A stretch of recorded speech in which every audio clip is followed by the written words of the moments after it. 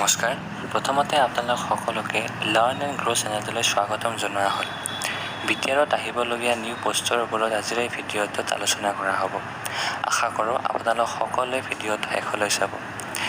আপোনালোক সকলোৱে অৱগত যে যোৱা 22 আগষ্ট তাৰিখে টেটৰ যি এপইণ্টমেণ্ট হ'ল বড়োফা কালচাৰেল কমপ্লেক্সত, সিদিনাখন প্ৰমোদ বড়োৱে ছাৰে প্ৰায় 8মান পষ্টৰ পুনৰ LP আৰু UP পষ্ট ওলাব বুলি কৈছিল। আৰু সিদিনা কোৱা ধৰণে প্ৰায় একেখিনি কোৱা কথাই যোৱা 5 ছেপ্টেম্বৰ তাৰিখ অৰ্থাৎ শিক্ষক দিৱসৰ দিনাই এখন অনুষ্ঠানৰ ভাষণত প্ৰায় একেখিনি কথাই কৈছে। সিদিনা তেখেতে কৈছে যে যিখিনি SI প্ৰপ'জেল সেই গোটেইখিনি তেওঁলোকে আসাম গভৰ্ণমেণ্টক পঠাইছে আৰু আসাম গভৰ্ণমেণ্টক ৰিকুৱেষ্ট কৰি আছে পষ্টখিনি মুকলি কৰি দিয়াৰ কাৰণে।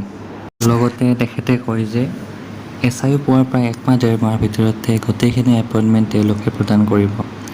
আপোনালোকে প্ৰমোদ বড়ো ছাৰৰ এই ভাষণখিনি প্ৰমোদ বড়ো ছাৰৰ অফিচিয়েল ফেচবুক পেজত চাব পাৰিব। গতিকে তেখেতে কৈ থকা ধৰণে যদি 800 পষ্টৰ এপইণ্টমেণ্ট সোনকালে দিব পাৰে, তেতিয়াহ'লে BTRৰ বহু কেণ্ডিডেটে পুনৰ চাকৰি লাভ কৰিবলৈ সক্ষম হ'ব।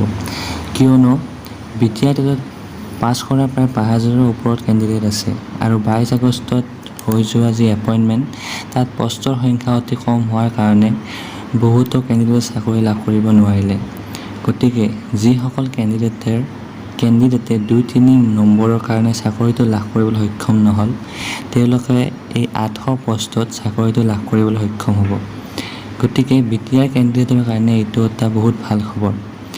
আৰু আপোনালোকক জনাওঁ যে যি এই 800 পষ্ট ওলাব, এই 800 পষ্টৰ গোটেইখিনি টেট কেণ্ডিডেটৰ কাৰণে নহয়, অৰ্থাৎ ইয়াৰ 180টা বা 200টামান পষ্ট 6 মান্থৰ কেণ্ডিডেটসকলক BTR গভৰ্ণমেণ্টে দিব।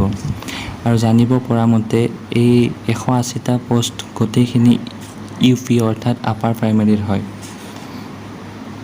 গতিকে BTR গভৰ্ণমেণ্টক ৰিকুৱেষ্ট কৰিছোঁ যাতে অতি সোনকালে আসাম গভৰ্ণমেণ্টৰ পৰা SI প্ৰপ'জেলসমূহ আনি এপইণ্টমেণ্ট প্ৰদানৰ ব্যৱস্থা কৰে।